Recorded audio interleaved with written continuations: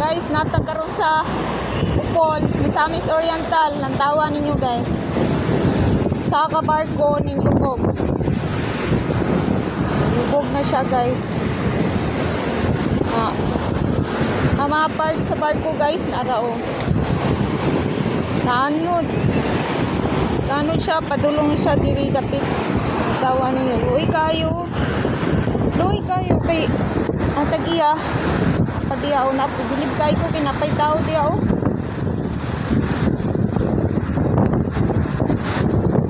May nakabot ang tarpaulin siguro nagkinahanglan ni siya og tabang.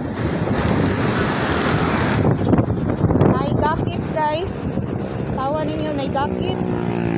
Para patabok na diri sa sada na pain. Luoy kayo ba? Gusto pa kayo balon diri guys. Ini sa Upol Misamis Oriental. So kapalog karon, gusto ang hangin. Mo ni sitwasyon karon. Then naipayag-payag ya guys oh. Tagiyan na payag kana sa kaning nagkuha na ng barko na siya diya. Siya. Ay isa ka barko sad nga wala na rescue to dito guys. Oh, looy kayo eh.